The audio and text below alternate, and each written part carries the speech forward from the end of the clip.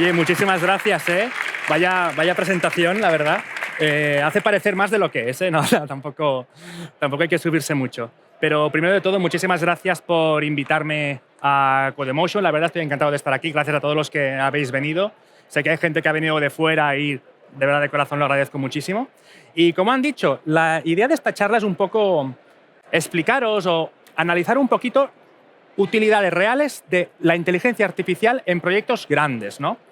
Porque la verdad es que hoy en día quizá tenemos un poquito de dudas cuando vemos tutoriales del uso de la IA, cuando vemos gente que de golpe parece que en Twitter está haciendo 10.000 euros al mes porque se acaba de hacer un SaaS en 3 tardes, pues el típico mensaje de pues ¿para qué he estudiado yo ingeniería de software? ¿Para qué soy yo desarrollador?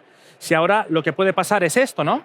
Que de golpe mi jefe está durante el fin de semana probando Cloud Code y el lunes por la mañana viene y me pregunta, oye, he visto que esto me hace unos dashboards que son la hostia. ¿Por qué tardas 1 semana y media en hacerme aquí una página web? Que levante la mano, por favor, a quien haya tenido alguna experiencia similar a esta. No tiene por qué ser el jefe, puede ser cualquier familiar, puede ser el primo, puede ser el cuñado, ¿vale? Veo que no hay pocas manos, entonces parece que esta diapo os ha enganchado, ¿no? Yo al principio, cuando empecé a estudiar ingeniería del software y todo esto, digamos que siempre intentaba ser ese perfil más empático, de entender el negocio, ¿no? De hablar con la gente, de entender que no todo el mundo es técnico y, por lo tanto, a veces tengo yo que bajar mi argumento y empezar a hablar pues, en idiomas de negocio. Pues yo qué sé, en cuánto dinero vas a facturar, cuánto tiempo te vas a ahorrar. Lo que pasa, y esto lo he notado yo y no debería ser así, cuando ha empezado a aparecer la inteligencia artificial cada vez me siento más como él. No sé cuántos de vosotros habéis visto Silicon Valley, pero este es un personaje que es muy gracioso porque es el típico perfil del developer que a mí no me toques los cataplines, que yo programo en mi cueva encerrado y siempre voy juzgando, ¿no?, lo que los otros piensan. Yo al principio veía a este personaje, a Guilfoyle, como no querría yo ser ese, pero claro, con ciertos mensajes de la inteligencia artificial cada vez más me está saliendo, ¿no?, el Guilfoyle que llevo dentro. Y la verdad es que, bueno, para quien no me conozca, yo me llamo Martí, ya me han presentado, pero tengo un canal de YouTube que es Betatech. Un poquito los vídeos que veis o que podéis encontrar míos en Internet siempre han estado un poquito basados en aprender los fundamentos. El aprender las cosas de forma superficial, sin aplicar principios de ingeniería, siempre se ha visto en el desarrollo de software. Todos conocemos pues, los típicos mensajes de pues yo aprendo JavaScript y React y ya tiro millas. Fijaros que mi mensaje siempre ha sido un poquito más ir a lo profundo, ¿no? Que si patrones de diseño, que si algorítmica, que si programación orientada a objetos, que si la propia ingeniería en sí.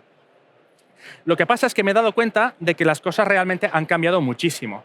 Lejos están esos tiempos de universidad, como veis esta foto es de hace 10 años, se nota por el tiempo, ¿no? Aquí tenía mucho más pelo que ahora, pero yo digamos que siempre había aprendido informática desde el punto de vista ingenieril, desde el punto de vista de vamos a aprender los fundamentos para luego construir. Es decir, yo vengo de una época de aprendizaje en la que estos eran mis dos fuentes de verdad. Por un lado, Stack Overflow para hacer preguntas y que te contestaran con mala gana, pero bueno, al fin y al cabo te contestaban. O libros como, por ejemplo, el Cormen, que quizá algunos de vosotros conocéis, que es como el típico libro de algorítmica que te dan en la uni y que utilizas como fuente pues, para estudiar. Todo esto ha cambiado muchísimo. Este gráfico seguramente la mayoría de vosotros ya lo habéis visto. Este es el gráfico que indica cuántas preguntas se hacen en Stack Overflow a lo largo del tiempo, que se lo hemos robado a nuestro amigo Jasly Oros de Pragmatic Engineer. Y veis un declive claro. Es decir, en el momento en que aparece la inteligencia artificial, parece ser pues, que fuentes como Stack Overflow ya no aportan tanto a lo que era el mundo tecnológico como habían aportado históricamente, ¿no? Entonces, todos los mensajes que veo en redes sociales me transmiten un poquito como que esta es la nueva realidad de ser desarrollador, ¿no? Pues gafas de sol, escuchando tecno, bailando con 40 agentes en tu terminal, haciendo burpees. Ahora nada, en 5 segundos se va a poner a hacer burpees como si fuera Amadeo Llados. Ahora lo vamos a ver en 3, 2, 1, ahí está. Y parece ser que hoy en día, para ser developer, tienes que ser esto. ¿Qué ocurre? Todos sabemos qué pasa cuando hacemos vibe coding, ¿no? Esto es lo que yo definiría vibe coding. ¿Podemos empezar a pensar qué es lo que ocurre? Pues sí, ya lo sabemos. En general, cuando desarrollamos sin pensar, sin aplicar principios de ingeniería, sin utilizar la inteligencia artificial, intentando aprovecharla de la mejor manera posible, nos encontramos con un montón de problemas. Hoy en día está el meme de que GitHub ya ha bajado a un 89% de disponibilidad. Y bueno, pues no sabemos exactamente por qué, pero quizá algo de esto tiene que ver, ¿no? Entonces, dado este entorno, dado este sector, dado esta situación que estamos viviendo, que para todos nosotros es una situación nueva, por lo tanto, al final estamos todos aprendiendo y caminando un camino desconocido, surge la siguiente pregunta. ¿Cuál es el papel del desarrollador ahora? Antes de responder cuál es el papel del desarrollador ahora, me gustaría comentar lo que para mí ha sido el papel del desarrollador. Y lo voy a leer textualmente, ¿vale? Para dejarlo clarísimo. Para mí siempre ha sido aportar y construir soluciones a problemas de sus usuarios, teniendo en cuenta las herramientas disponibles y las limitaciones existentes. ¿Estáis más o menos de acuerdo con esta definición? Es genérica, ¿no? Para intentar englobar las tecnologías frontend, backend, desktop, todo lo que queráis, pero creo que se adapta bastante bien a lo que yo entendía que era un desarrollador, un ingeniero de software. ¿Qué ocurre? Que hoy en día, cuando hablamos de herramientas disponibles, si hasta hace nada teníamos una explosión de frameworks de JavaScript y de frameworks de frontend, hoy en día tenemos una explosión de herramientas de inteligencia artificial. Parece ser que muchos utilizamos Cloud Code, pero luego, si no estás utilizando la nueva versión de Cursor, te vas a quedar atrás. Si no utilizas GitHub Copilot, you're not gonna make it. Si no utilizas la nueva versión de ChatGPT Codex 4.5.3, directamente puedes irte a hacer patatas y a cocinar porque realmente la ingeniería no es lo tuyo. Hay mucho ruido, hay un montón de entradas en nuestros sentidos y no acabamos de ver exactamente ¿qué es lo que tenemos que hacer? Me encuentro un montón de mensajes en mis redes sociales de gente que directamente está confundida, que me dice, Martí, es que no sé qué tengo que hacer y me quiero salir de este rubro, ¿no? Entonces yo siempre intento aplicar un poquito lo que he estado haciendo históricamente en mis canales de divulgación y también en el trabajo, que es, ok, siempre he abogado por intentar aprender los fundamentos, por intentar aprender cómo realmente podemos construir con ingeniería sin dejarnos llevar por el hype, sin dejarnos llevar por modas. Vamos a intentar aprender los conceptos básicos para poder aprovecharnos de toda esta herramienta, pero de la mejor forma posible. ¿Cuántos de vosotros alguna vez ha tenido la sensación de que Claude se volvía tonto? Los que hayáis usado Claude. ¿Vale? Hay bastantes manos. Pues no estáis solos, ¿eh? En Internet está lleno de mensajes como este, que dice, por ejemplo, Claude es de vez en cuando mucho más tonto y me está volviendo loco. Y todos conocemos el famoso meme de por favor, no me digas que tengo razón, y Claude todo el rato diciéndole, sí, tienes razón, oh, sí, you're absolutely right, oh, no había pensado en esto, eres un genio, ¿no? Digamos que la inteligencia artificial siempre intenta pues, que hacerte sentir bien, que sientas que quizás sabes más de lo que crees, y eso puede ser un pozo y puede ser un riesgo a la hora de nosotros como desarrolladores construir buenas soluciones. ¿Cómo podemos aprovecharnos de la inteligencia artificial, de estas herramientas, sin caer en esta trampa en la que parece que todo lo que hagamos es el nuevo santo grial y que vamos a ser ricos y vamos a ser el nuevo Facebook? Pues principalmente, y la primera herramienta que os quiero comentar, es entendiendo el contexto cuando trabajamos con la inteligencia artificial. Y voy a empezar con una analogía para dejar claro y que se entienda más o menos qué es para mí el contexto. Obviamente, cuando tú estás trabajando, ya sea en ingeniería, algo técnico o en cualquier otro tipo de rubro, tú quieres tener tu escritorio ordenado, ¿no? Quieres tener, pues, por ejemplo, el teléfono móvil a la derecha, el bloc de notas a la izquierda, el portátil delante con una ventana abierta, para saber exactamente dónde tienes que ir cuando te llega una notificación, dónde tienes que mirar cuando quieres recordar algo o a dónde tienes que, por ejemplo, clicar cuando quieres hacer una tarea. Es decir, intentas tener tu entorno de trabajo lo más ordenado y limpio posible para poder focalizarte en lo que realmente estás intentando construir. Ahora bien, ¿qué ocurre cuando tenemos al final del día un escritorio como este, lleno de posits, lleno de papeles, que si el móvil está medio caído, que si el bloc de notas está tapado por un montón de facturas y te dicen, acuérdate que por la mañana me habías dicho que me mirarías el informe, y tú estás como, wow, espérate porque no sé dónde leches tengo el informe, tengo que empezar a buscarlo, y gastas una hora simplemente en encontrar algo que por la mañana tenías ordenado. Pues básicamente a la inteligencia artificial, a cualquier modelo generativo que te puedas utilizar hoy en día, le pasa algo similar. Al final es lo que llamamos la ventana de contexto. Para mí el escritorio sería como la ventana de contexto que nosotros tenemos en nuestros modelos de IA para poder trabajar. Y de la misma forma que en un escritorio el espacio es limitado, en la inteligencia artificial la ventana de contexto también es limitada. Esta es una foto que sé que no se puede leer muy bien, pero bueno, no es la intención de que podáis leer exactamente todo lo que dice, pero sí que es la intención que podáis ver más o menos todo un chat que yo tuve con Claude trabajando en una feature de un producto mío, todo lo que le iba comentando y todo esto se iba añadiendo a la ventana de contexto. Es decir, en este chat tenemos, pues ahí está Cloud Code haciendo thinking, es decir, está razonando sobre alguna pregunta que le hice, está ejecutando grep, está leyendo archivos, me está dando una respuesta, está empezando a leer archivos por abajo también. Todo esto son pequeños posits, pequeños informes, pequeños papeles, pequeñas cosas que se van añadiendo al contexto y sin que te des cuenta, esto va a acabar llenando todo el escritorio de la inteligencia artificial y poco a poco la va a hacer menos eficiente, perdón. Obviamente, esto no es algo nuevo, esto es una limitación intrínseca en los modelos LLM y por ello la mayoría de herramientas que las utilizan, por ejemplo, Cloud Code, Codex, ya tienen algunos sistemas para poder gestionar todo esto. El primero que os quiero comentar es el que se conoce como ventana deslizante, ¿vale? Que es algo muy sencillo, es decir, mira, yo tengo aquí todo lo que me has ido dando de contexto, los ficheros que voy leyendo, las cosas que me vas diciendo, pero llega un momento donde cuando se me llena el escritorio, lo que estaba más antiguo de X tiempo, lo tiro. Me olvido completamente. Este es una de las razones por las que, por ejemplo, cuando llevamos mucho tiempo trabajando con Claude, por ejemplo, nuestra inteligencia artificial parece que se olvida de cosas. Que yo al principio le dije, no me escribas comentarios en mi código. Y luego, al cabo de una hora trabajando con él, empieza a escribirme comentarios como un loco. Yo le digo, te había dicho que no escribas comentarios. Ah, you're absolutely right. Y vuelve a empezar el ciclo, ¿no? Este sería el método más naif o el método más sencillo a la hora de gestionar el contexto y la mayoría de herramientas ya lo hacen por sí mismas, ¿no? Aquí una pequeña animación simple de, pues, a medida que se va rellenando los tokens, ¡pum!, directamente te olvidas y entonces la IA es como que empezará de cero. Obviamente hay formas un poquito más inteligentes de hacer todo esto. Entre ellas está la compactación o el summarizing.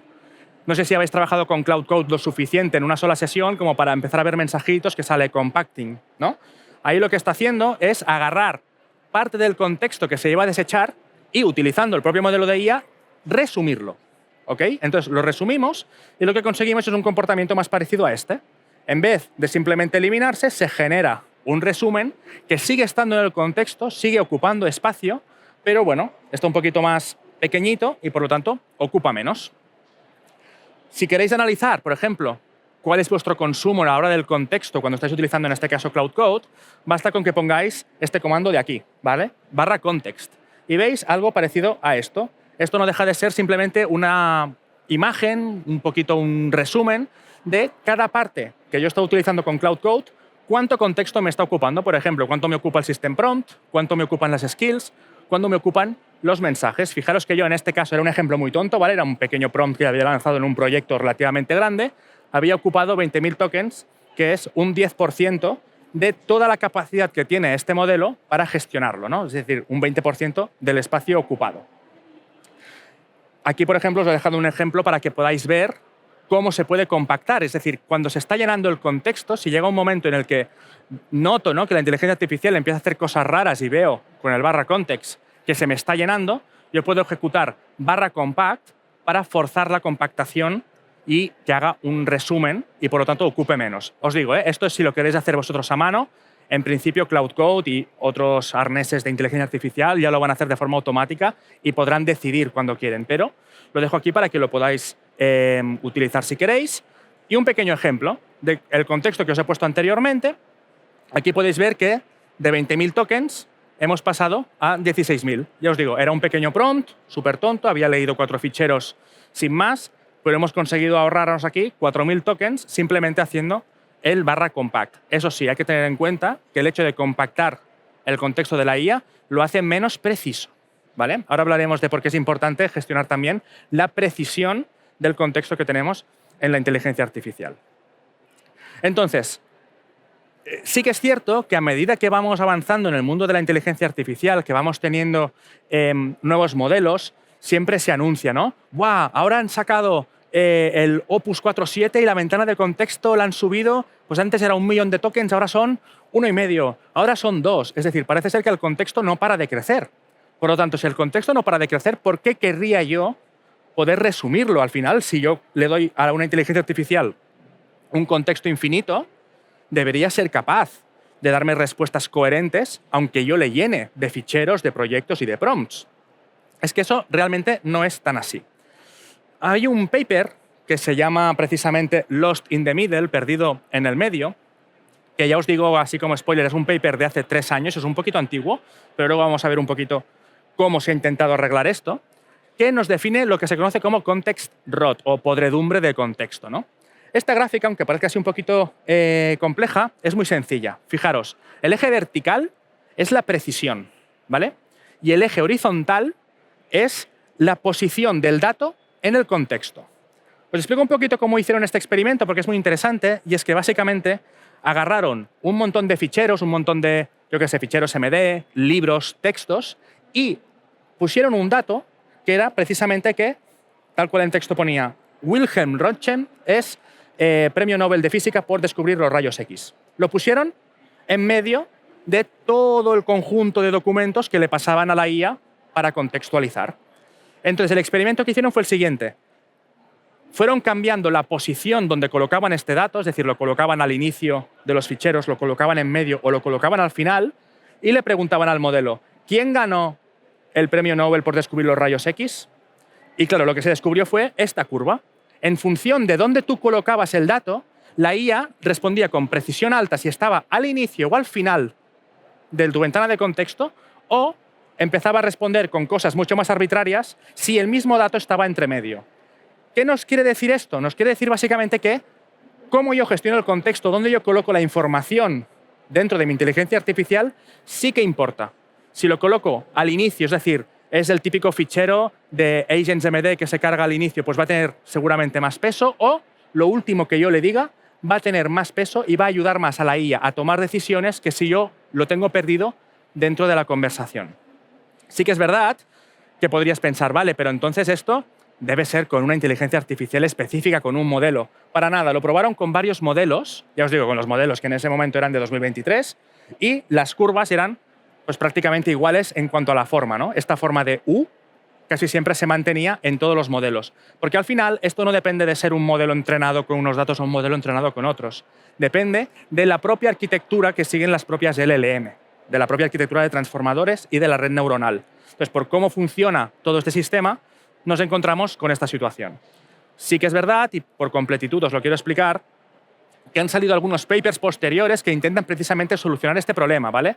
El paper anterior se llamaba Lost in the Middle, perdido en el medio. Este paper se llama Encontrado en el medio, ¿vale? Que precisamente lo que busca, o la forma en la que ataca este problema, es intentar ajustar los pesitos, ¿no?, que tiene la LLM en este valle para intentar suavizar la curva, ¿no? Y que digamos que importe menos el sitio donde tienes los datos que quieres consultar. Independientemente de lo que lo intenten solucionar, queda claro que cómo yo trato con la inteligencia artificial, cómo yo la utilizo para chatear, cómo yo le paso la información a la hora de generar producto, pues va a importar muchísimo para determinar qué soluciones me puede dar y si me las da mejor o me las da peor. De hecho, por ejemplo, este es un issue que hay en GitHub, creo que lo publicaron hace una semana o 10 días no más, que habla precisamente de cómo se degrada el contexto, en este caso de Opus, a medida que lo voy utilizando. Es decir, nos han dicho que tenemos un contexto, aquí lo pone, ¿no?, de 1 millón de tokens, pero parece ser que cuando llego al 40% del contexto, que es decir, que todavía me queda más de la mitad, ya empieza a degradarse, ya empieza a verse este context rot, ¿no? Ya empieza a dar soluciones que directamente no acaban de aportar o no son tan buenas como yo las había buscado. Incluso el propio Cloud, el propio Opus, recomendó que hicieras una compactación manual cuando vieras que el contexto llega al 48%, ¿vale? Es decir, estas son cosas que hay que probar y hay que analizar. En los comentarios de este repositorio, que además lo tenéis aquí abajo en el enlace, si pues podéis venir a preguntarme y os paso el enlace sin problema, comento un poquito cómo evoluciona la degradación, ¿no? Es decir, con un 20% ya vemos que se empieza un poquito a notar que hace algunas cosas raras, pero en el 40-48 ya empezamos a ver pues, que se repite, que duplica código, que empieza a ignorar cosas que tú le habías dicho anteriormente. Por lo tanto, sí que es importante cómo nosotros y cuándo nosotros compactamos el contexto, irlo siguiendo, irlo mirando, no dejar simplemente la IA trabajando 24 horas con un chat eterno y olvidarnos exactamente de lo que está ocurriendo, ¿no? En definitiva, y para acabar un poquito con este bloque, cuanto más preciso y compacto sea el contexto, mejores resultados vamos a obtener. Y de hecho, también es recomendación oficial de Anthropic, ¿vale? Esta gráfica es de la documentación oficial de Claude Y básicamente nos dice eso. Aquí a la izquierda, detrás mío, tenemos todo el contexto del proyecto, ficheros, instrucciones, archivos de memoria, herramientas, mensajes que yo le he ido pasando, y tenemos que hacer este trabajo de curación, compactación y decisión de qué le doy a la IA para acabar de determinar la ventana de contexto correcta para podernos aprovechar de la mejor forma posible. Vale, Martí, pero esto es mucha teoría, ok, muchos papers. Dame chicha, dime consejos, ¿qué puedo hacer yo cuando estoy desarrollando para ayudar a la inteligencia artificial? Dame práctica. Fácil. Tenemos que gestionar el contexto de forma activa, ¿vale? Primer consejo sería que si utilizáis ficheros rollo Cloud MD, Agents MD, no los rellenéis muchísimo. No tengáis un fichero de 10.000 líneas, de 1.000 líneas. Tened un fichero compacto, directo, preciso. Dejar ahí solamente y únicamente lo que necesitáis, lo que sea ineludible, ¿vale? No le pongáis 1000 cosas porque eso lo único que va a hacer va a ser acabar rellenando el contexto y generando un context rot. Luego, toda la parte de MCPs y skills, lo mismo. No tengáis simplemente MCPs y skills instalados por si acaso, ¿ok? Intentar aplicar un poquito la del lazy loading, es decir, lo cargo cuando lo necesito. Porque al final, si yo tengo un montón de MCPs, de skills cargadas en mi contexto que no estoy utilizando, también están afectando a que datos importantes acaben en este valle de contexto y, por lo tanto, tengan problemas a la hora de definir soluciones, ¿no? Y por último, los prompts específicos. ¿Vale? Estoy cansado de ver prompts de analízame este proyecto y genérame esta feature. ¿Ok? Cuanto más precisos seamos a la hora de pedirle cosas a la inteligencia artificial, mejor. Al final es como tener un desarrollador muy tonto, que es muy rápido haciendo cosas, las puede hacer de una forma brillante si nosotros le decimos exactamente qué es lo que tiene que hacer y dónde. ¿Por qué? Porque si no estamos gastando contexto a la hora de leer información. Va a acabar, no sé, leyendo un montón de ficheros JavaScript, leyendo un montón de endpoints, leyendo un montón de documentación que quizá no necesita, pero la está poco a poco cargando. Y por lo tanto le estás dando una mochila que cada vez va a pesar más y cada vez le va a dificultar el andar. Un ejemplo de prompt, de cómo tú podrías trabajar con inteligencia artificial para que te dé mejores soluciones, algo así. Revísame este fichero de view, si le puedes pasar las líneas que quieres modificar o las líneas donde crees que está el problema mejor, si le puedes pasar un stack trace y exactamente qué es lo que está viendo el usuario mejor. En resumen, y para no complicarlo, cuanto más preciso le des el prompt, mejor soluciones en general te va a dar y menos va a alucinar. Y esto nos da un pequeño pie, ¿no?, a hablar de algo que también se está poniendo muy de moda hoy en día cuando hablamos de inteligencia artificial y sobre todo cuando decimos que tenemos que informar a la IA sobre exactamente qué es lo que tiene que construir, que es el famoso Spec-Driven Development. Spec-Driven Development no deja de ser como una solución, una intención de poder generar un formalismo alrededor de estos prompts precisos que estamos diciendo que le tenemos que dar a la inteligencia artificial. El Spec-Driven Development lo que busca es que tú, en vez de trabajar directamente con el código, antes de picar siquiera una línea, te hagas un fichero de documentación, un fichero que se llama un spec, donde vas a resumir y vas a especificar exactamente qué es lo que tiene que hacer la inteligencia artificial. ¿Por qué? Porque eso te va a permitir agarrar este spec, trasladarlo a otras sesiones de otros agentes, por ejemplo, y cuanto más preciso sea, también mejor soluciones te va a dar. Por lo tanto, gastar tiempo en definir este spec, planificar previamente lo que queremos construir, nos va a ayudar luego a acelerar toda la fase de implementación y, en cierta medida, poder ahorrarnos revisiones de código que nosotros tenemos que ir haciendo a medida que la IA pues, va generando todo esto, ¿no? Un ejemplo de un buen spec, de algo en lo que estuve trabajando hace un tiempo, pues podría ser, por ejemplo, este. Nada, vemos unos endpoints que quiero yo que genere y el ejemplo que os quería poner, ¿no? Los componentes y el código que tiene que tocar directamente. Es decir, yo le digo exactamente en qué parte de mi código tiene que actuar. No le estoy diciendo busca dónde está el eventcar.view o dónde está el sistema de eventos. Le paso directamente, mira, de todo el código que hay, de todos los componentes que hay en este monorepo, quiero que actúes en esta subcarpeta, ¿no? También a la hora de explicarle las necesidades. Fijaros lo específico que puedes llegar a ser. Esto es un sistema de permisos que yo estuve implementando en otro producto. Directamente le digo, mira, quiero que el admin le pueda dar permisos al profesor en un track. Quiero que el sistema pueda añadir estas políticas y le pongo ejemplos, ¿de acuerdo? Es decir, estoy guiando yo a la IA sobre lo que quiero que me construya. He utilizado antes la IA para investigar cómo implementar un sistema de permisos, pero ahora, a la hora de implementar, yo le estoy pidiendo exactamente lo que quiero. Y el Spec-Driven Development pues, podría lucir algo tal que así, ¿no? Yo tengo un spec, un fichero de requerimientos, luego voy trabajando y me genero un documento específico, ¿no?, con detalles más técnicos sobre lo que hay que construir, y finalmente me genero las tareas. Las tareas ya serían directamente, cambia esta función y, yo qué sé, quita este while y ponlo en un for, ¿vale? Cosas ya muy específicas, y la IA va a ir directamente a ese punto y lo va a actuar. Pero lo va a hacer con cabeza y con consciencia, porque nosotros ya hemos hecho toda una fase de análisis, de documentación, de especificación, y le hemos dejado un plan para que pueda actuar directamente. Cuando hablo de Spec Driven Development también mucha gente me pregunta, vale, Martí, me han enseñado algunos ejemplos, pero ¿cómo puedo yo definir un spec? Mira, muchísima gente me dice, pues un spec, una historia de usuario, ¿vale? Una historia de usuario con criterios de aceptación. ¿Cuántos de vosotros habéis trabajado con historias de usuario alguna vez? Veo muchas manos. Por eso mismo es recomendado, porque no es nada nuevo. Es algo que estamos acostumbrados a utilizar, es algo que conocemos, es algo que, más o menos, si hemos tenido cierta experiencia laboral, sabemos oler si una historia de usuario es buena o una historia de usuario es mala, si está bien o mal definida. Pues lo mismo con la inteligencia artificial. Reaprovechemos que tenemos ya sistemas para definir especificaciones, para utilizarlo con estas metodologías que siempre han funcionado. Lo único que ahora, en vez de yo quejarme al de producto porque me ha dado un spec que no se entiende, yo hago el spec para dárselo a la IA y que lo implemente, ¿no?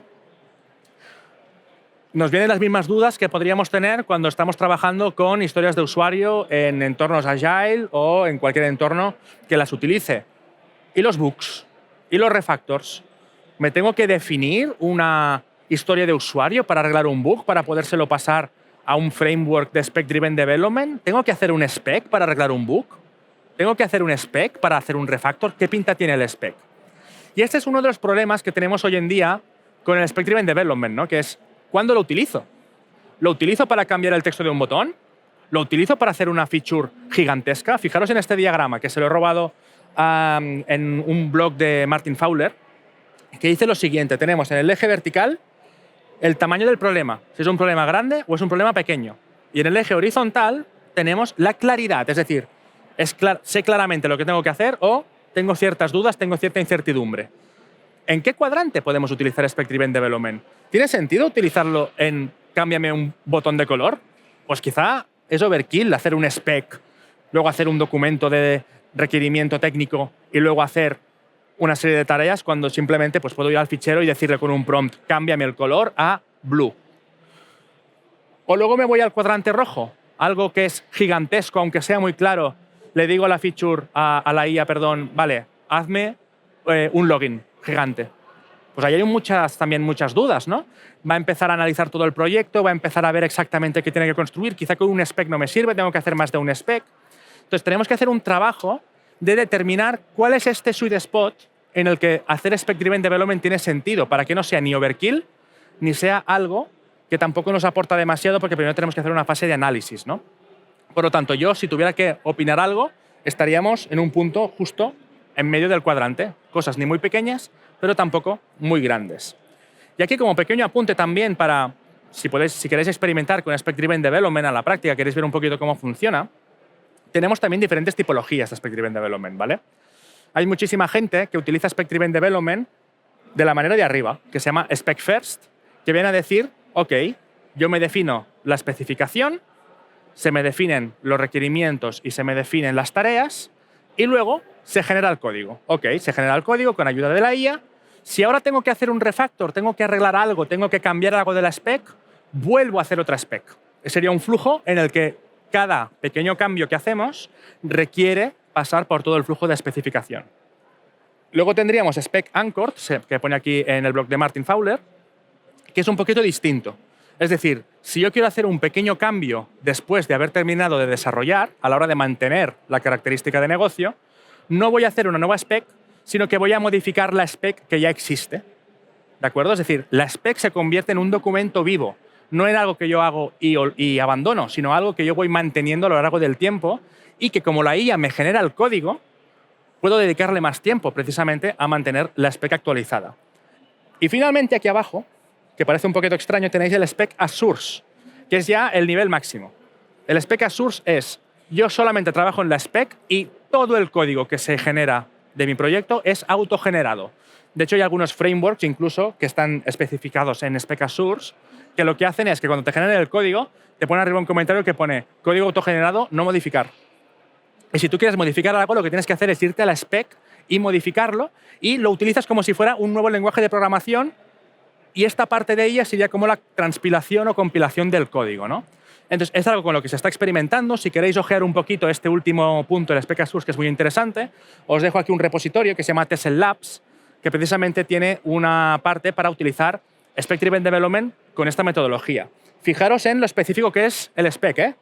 Tenemos incluso unas macros aquí arriba, @generate, y un fichero de código. Eso le está diciendo a Tessel que esta especificación me va a generar, o es el source de ese fichero JavaScript. Aquí abajo tenemos @test, para decirle que estos casos que tenemos aquí abajo son directamente tests que quiero que me genere con código, ¿de acuerdo? Por lo tanto, si queréis practicar un poquito, queréis juguetear, tenéis aquí Tessel Labs, le podéis echar un ojo y podéis empezar a utilizarlo. Entonces, sé que os he dado mucha información, os he tirado pues, que si el Spec Driven Development, que si la ventana de contexto. Parece ser que realmente el mundo del desarrollo sí que ha cambiado. Es decir, ahora, por lo que se ve, estamos trabajando y haciendo cosas totalmente distintas a las que hacíamos antes. Entre estas cosas tan distintas a las que hacíamos antes tenemos, por ejemplo, evaluar necesidades y especificar, cosa que nunca habíamos hecho. Ahora tenemos que especificar realmente lo que hacemos, ¿no? Tenemos que planificar soluciones. De nuevo, algo que antes tampoco, nunca planificábamos soluciones, ¿no? Pues bueno, parece ser que hoy en día con la inteligencia artificial tenemos que hacerlo. Tenemos que comunicar los cambios que hacemos en nuestros proyectos, cosa que parece ser que antes tampoco hacíamos. También tenemos que revisar criterios y dar feedback a los clientes sobre los cambios que hacemos, cosa que antes parece ser que tampoco hacíamos. Y finalmente, también tenemos que analizar costes y tenemos que analizar la seguridad de la ejecución de lo que construimos, cosa que parece ser que antes tampoco hacíamos, ¿no? Al fin y al cabo, a mí lo que se me queda como mensaje es que seguimos haciendo lo mismo, lo único que lo hacemos con herramientas que todavía estamos intentando dominar. Muchísimas gracias. Yo te quería preguntar algo, porque en algún sitio he escuchado yo que el SDD es como un lenguaje intermedio, podríamos decir, entre la máquina o la inteligencia artificial y el humano. El SDD, ¿no? ¿Has comentado? Sí. ¿Por qué crees tú que...? Claro, es que no me estás escuchando. No, sí, pero acerca de escuchar. Pero te voy a traer unos cascos. ¿Por qué crees tú que puede ser esto? Esta afirmación de... Gracias. De un lenguaje... Espera, que te sigo hablando de lejos. Sí, no, pero te escucho, vale. No te preocupes. ¿Por qué crees que puede ser esto? Esta afirmación de ser un lenguaje intermedio entre la inteligencia artificial y los humanos.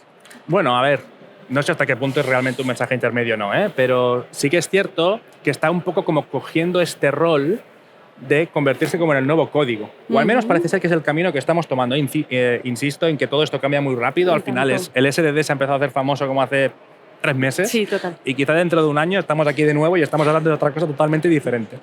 Pero sí que es cierto que si tú vienes desde fuera del mundo técnico, la parte de especificaciones es algo que quizá no tienes tan por la mano, ¿no? Porque siempre pues, ves el código, pero no ves la parte anterior de análisis de requisitos, no ves la parte anterior de hablar con el cliente, de definir qué se ha de construir, quizá más de producto. Y quizá al no verlo tanto y ahora de golpe aparecer, mucha gente está diciendo, guau, es que si yo le defino esto a la IA, lo hace genial. Y es básicamente coger cosas que ya hacíamos antes en empresas que desarrollaban producto con estas metodologías e intentar adaptarlo al mundo de la IA, donde el desarrollo ya es una parte mucho más corta. Totalmente. Muy bien. Vale, pues ya sí tienes el micro, ¿no? Hola Martín, muchas gracias por la presentación, está súper chula. Me gustaría saber tu opinión sobre algo, porque yo he estado mirando sobre SSD, pero hay algo que todavía no veo en este patrón, y es el hecho de que a la hora de utilizar SSD te genera también los tests. Y es como la IA se autoverifica que funciona, no sé si me explico. Y yo he estado dando vuelta y yo digo, ¿y por qué no utilizamos TDD y BDD? Y de esta forma la IA tiene todo lo que es el contexto que yo quiero generar y yo digo, implementamelo. Y ya le doy a los tests y si todo sale verde, yo soy el que verifica que es eso. Y de esa forma tenemos el Behavior Design Development, donde especifica, oye, no, yo quiero esto. Y pues verificación. Pero quizás hay alguna forma con SSD o también tu punto de vista sobre esta teoría. Es una de las principales, digamos, reflexiones que hace gente, sobre todo que ha trabajado mucho con BDD. Porque si tú has trabajado mucho con BDD, al final tú, para quien no lo sepa, ¿no? Con BDD defines el comportamiento con algunos lenguajes que hasta ahora pues, eran más formales, podríamos decir, y tú te definías cosas muy similares a un criterio de aceptación, ¿no? O sea, cuando hacíamos BDD, el objetivo era, vale, yo tengo el criterio de aceptación y las historias de usuario y eso me autogenera ya ciertos tests y cierto código que yo luego puedo rellenar para acabar de afinar y tal, pero puedo reutilizar y yo programo con la spec, buscando un poco que producto y desarrollo estén más alineados, ¿no? Que es muy parecido a lo que estamos haciendo ahora con Spec Driven Development. Lo único que ahora, en vez de hacerlo con un lenguaje formal, mucha gente lo está acabando haciendo con inglés, ¿no? O en inglés o en español o algo mucho más ambiguo. Entonces, esto es opinión personal 100%. Al final, lo que creo que acabará pasando es que el Spec Driven Development se acabará formalizando, saldrá algún tipo de framework que te va a ayudar a construir estos specs de una forma mucho más robusta que con un Markdown y que de esta forma ya podrás autogenerar directamente los tests. Pero, de nuevo, hay mucha gente que está experimentando con diferentes metodologías para hacer SDD, que si con un Markdown, que si con historias de usuario, que si simplemente le tiro un prompt a la IA bien formalizado y ya lo hace. Está por ver, pero yo creo que acabará yendo un poquito por ese camino y se acabará un poquito mezclando. Vale, muchas gracias. Vale, tenemos tiempo para alguna preguntilla más. Mira, por ahí tenemos otra. Hola, muchas gracias. Lo primero, yo me quedo con la impresión que esto se ha tratado desde un contexto muy individual, ¿no? O al menos yo no he sabido interpretarlo más allá. Porque, por ejemplo, cuando hablas de no poner un prompt al que le pidas que te haga una feature, pues cualquiera que trabaje en un proyecto de cierta envergadura, obviamente, no se lo plantea. Entiendo que también es una cosa en la que no se puede profundizar técnicamente y exponerlo a todos los ejemplos, pero sí que quiero preguntarte alguna cuestión.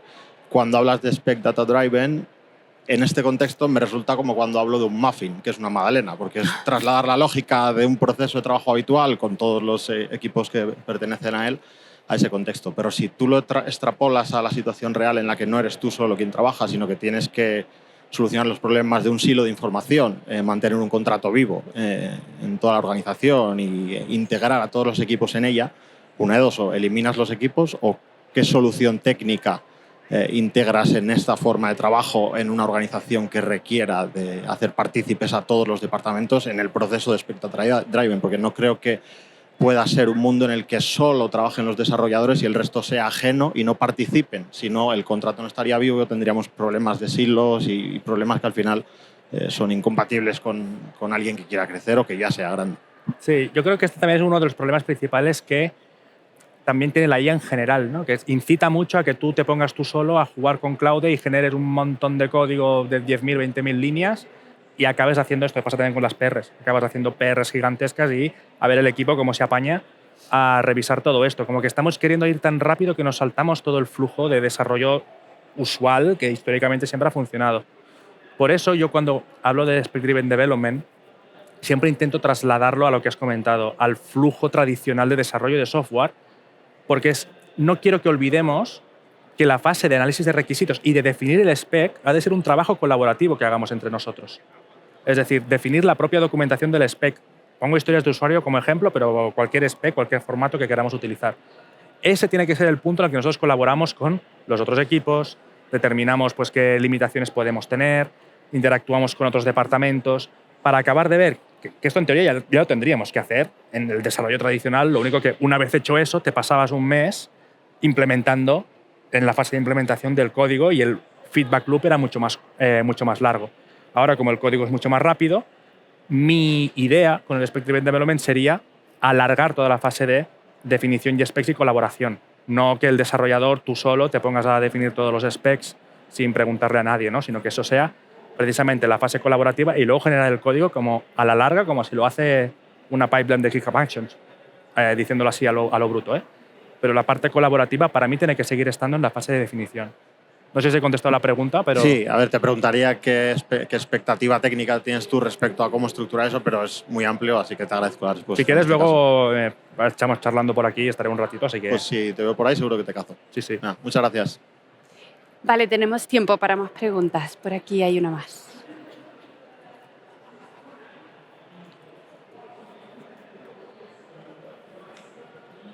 Hola, buenas. Buenas. Hay una parte bastante interesante sobre las metodologías propuestas por Martin Fowler al respecto del Spec Driven Development.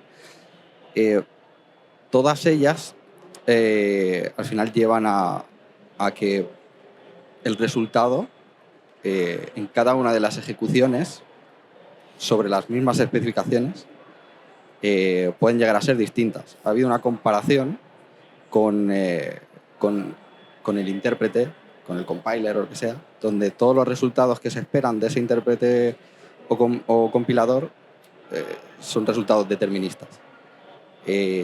¿Cómo llegamos a ese deseado determinismo con estas herramientas? Tanto en cuanto al final, como ingenieros, queremos seguir un método científico de ensayo y error con pasos replicables. Es el principal dilema del SDD ahora mismo. El decir, vale, si yo genero siempre el código desde el spec, ¿hasta qué punto de detalle tengo que definir el spec para que sea lo suficientemente determinista para que me sirva? Y hasta qué punto yo, de definición de spec, llega un momento donde digo, es que para eso ya lo hago en código. Ese es el principal punto de fricción en el que llega un momento donde el inglés no deja de ser ciertamente ambiguo. Entonces, ahora mismo, como las LLM son en cierta manera no deterministas y te pueden dar, y esto se han hecho pruebas, con Spec Driven Development, lo defines un montón y alguna línea te cambia y a veces incluso, bueno, pues es una cosa que tenemos que intentar hacer o bien con un flujo de asegúrate de que los tests estén bien construidos y tú como desarrollador realmente miras los tests y te da igual el resto, te da igual cómo escriba el código, te da igual si hace, no lo invento, te da igual si lo hace en clean o si lo hace en otra arquitectura, porque al final tú lo que miras es que funcione, que pase los tests, si quieres meterle pruebas de estrés y pruebas de performance, se las pones, pero llegará un punto donde una discusión que yo he tenido también en algún podcast de hasta qué punto si la IA nos genera el código y hacer refactors es tan sencillo, nos seguirá importando cómo está arquitecturado el código por debajo y no tanto la parte, o más que la parte de usuario, ¿no? Es una discusión que ahora mismo está ahí. El problema del determinismo existe y al final lo único que podrás hacer hoy en día es definir mucho más la spec y tú mismo valorar si te sale a cuenta, pues ya tirar y decir, pues ya hago el código directamente y ya está.